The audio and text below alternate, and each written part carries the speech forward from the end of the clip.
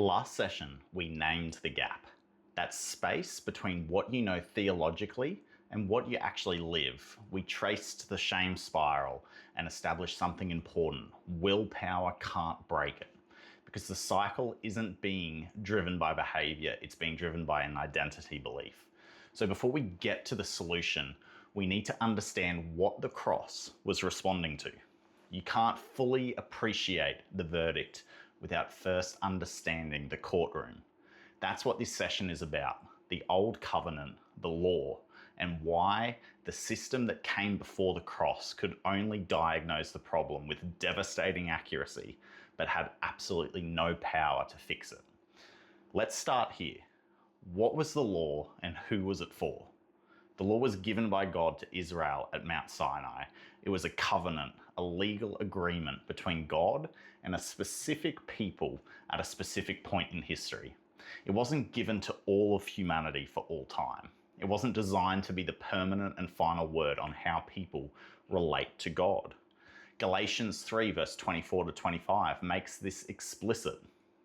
Therefore, the law was our tutor to bring us to Christ, that we might be justified by faith. But after faith has come, we are no longer under a tutor. Think about that. A tutor's job is to prepare a student for something greater. And once that student gets there, the tutor has then served their purpose. The law was always pointing forward. It was never the destination. It was the road that led us to Jesus. And here's why that matters. Many Christians are still living as though the tutor is in charge. They've arrived at Christ, but they're still sitting in the classroom. Now, here's something that's easy to miss. The law didn't just reveal sin, it created the legal framework under which sin became a recorded debt. Romans 5 verse 13 puts it this way, "For until the law, sin was in the world, but sin is not imputed where there is no law. Sin existed before the law, but without the law, there was no courtroom. There was no mechanism to formally charge someone with sin as a legal debt. The law brought the courtroom into existence." And Paul actually confirms it in Romans 7. "I would not have known sin except through the law, for I would not have known covetousness unless the law had said, 'You shall not covet.'" The law created the legal categories. Through those categories, sin could be identified, charged, and added to a debt ledger.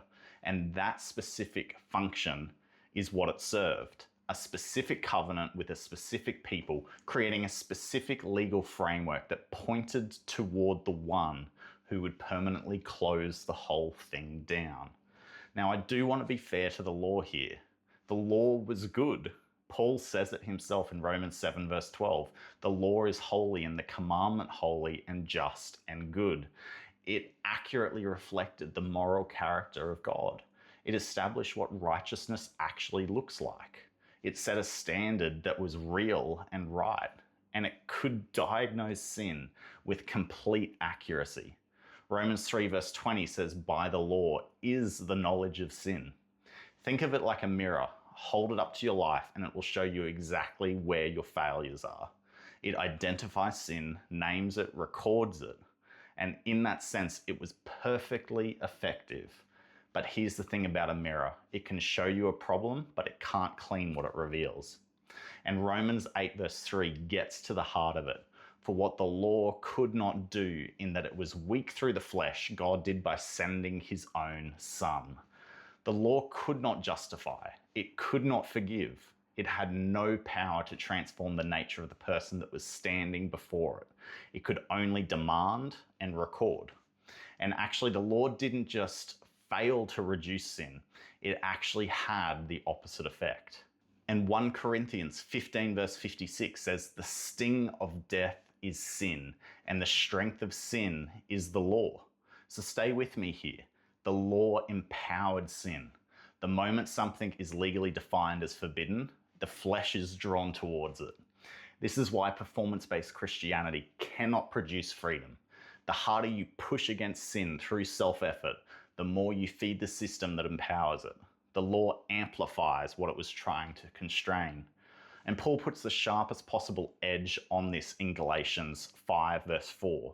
He says, Christ is become of no effect unto you, whosoever of you are justified by the law. You have fallen from grace. That phrase, fallen from grace, sounds like a salvation question. It's not. Paul isn't describing someone who lost their standing before God. He's actually describing someone who changed their operating system. Grace and law cannot run simultaneously. They are mutually exclusive frameworks, and the moment you pick up performance as your basis of acceptance before God, you have stepped outside of the grace system and back into the law system.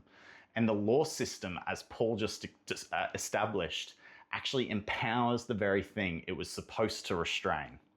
The Greek word for of no effect is katargio, to nullify, to render inoperative. Adding your performance to the finished work doesn't supplement it. It functionally switches off what it was producing in you, not your salvation. The operational power of grace in your life. You've picked up a tool that cannot work and put down the one that does. We'll come back to exactly what that actually costs you in session 4, but hold that thought for now. Every sin committed under the law went onto a running legal record. It was a debt accumulating with no mechanism at all for cancellation. You know, the sacrificial system provided a temporary covering year by year. But Hebrews 10 verse 4 is clear. It is not possible that blood of bulls and goats could take away sins. The debt was managed, but it was never actually cleared. And this is the courtroom of the Old Covenant. A court with a perfect standard, a perfect record of every failure, and no provision for permanent cancellation. And here's the Old Covenant's verdict on the human heart, standing in that system. And we find it in Jeremiah 17, verse 9. The heart is deceitful above all things and desperately wicked. Who can know it? I want you to hear that for what it is. That's not a statement about you as a new covenant believer. That is the Old Covenant's accurate diagnosis of the fallen human nature. Every person standing before the courtroom without the transforming work of the cross. It was true then, it's not the true verdict on you now. We'll come back to that. Colossians 2 verse 14 contains one of the most significant words in the whole New Testament. Having wiped out the handwriting of requirements that was against us, which was contrary to us, and he has taken it out of the way, having nailed it to the cross. The Greek word that's translated as handwriting of requirements is chirographon, and in the ancient world, this was a specific legal document, a handwritten debt certificate. When a person owed a debt they couldn't pay, the record was written down and it was held against them. It was legally binding and it was legally damning. And Paul says that document, the accumulated legal record of every requirement humanity failed to ever meet under the law, was nailed to the cross and wiped out entirely. Not reduced, not renegotiated, destroyed. And this was not a merciful gesture. It was a legal transaction. The debt wasn't forgiven because God decided to overlook it. It was cancelled because it was fully paid. Justice was satisfied. The certificate no longer exists. So here's the question. If the debt certificate was destroyed at the cross and the court was permanently closed, why do so many believers still live under condemnation? The court is closed. It's completely and permanently closed. But what the believer is being subjected to is condemnation operating as a counterfeit legal system. It presses verdicts that have no standing in the new covenant. It comes from two directions. The first is external. Revelation 12 verse 10 names Satan as the accuser of our brethren who accuse them before our God day and night. He functions as a prosecuting voice, citing failures, rehearsing history, pressing charges from jurisdictions that the cross permanently closed. He has no legal ground, but he has a strategy. Subject the believer to a false court. Issue false verdicts. Keep them living beneath the reality the cross established. And the second is internal. It's self-condemnation. And it's when a believer takes over the prosecuting role themselves. when you agree with the accuser's verdict, when you rehearse the failure, accept the charge, and sentence yourself, you've become your own courtroom.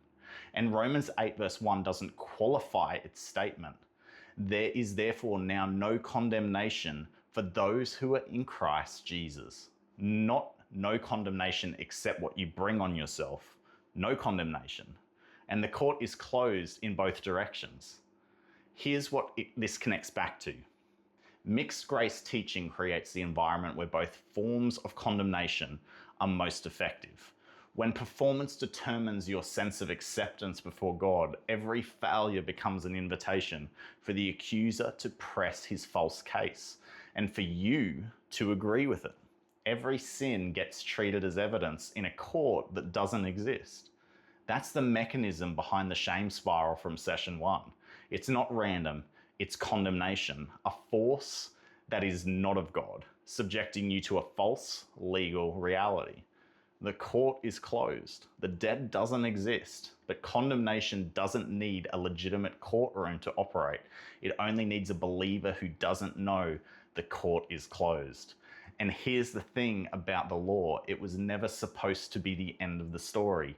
Every animal sacrifice said something must die for this debt. Every year of the sacrificial system said this is not the final answer. The whole system was a signpost. It was accurate in its diagnosis. It was honest about its limitations, always pointing forward to the one who would do what it couldn't. And Galatians 3 verse 24, the law was a tutor to bring us to Christ. The tutor did its job. It brought humanity to the end of what human effort and religious performance could not achieve, and left us standing in front of the cross with no remaining options. That was the design, because what comes next requires nothing from us except faith in what he already did. So close with me by saying this out loud. The debt certificate that was against me has been nailed to the cross and destroyed. I do not owe what has already been paid. The old covenant court has no jurisdiction over me. I stand before God not on the basis of my performance, but on the basis of what Christ already accomplished. Stay tuned for session 3 when we go a lot deeper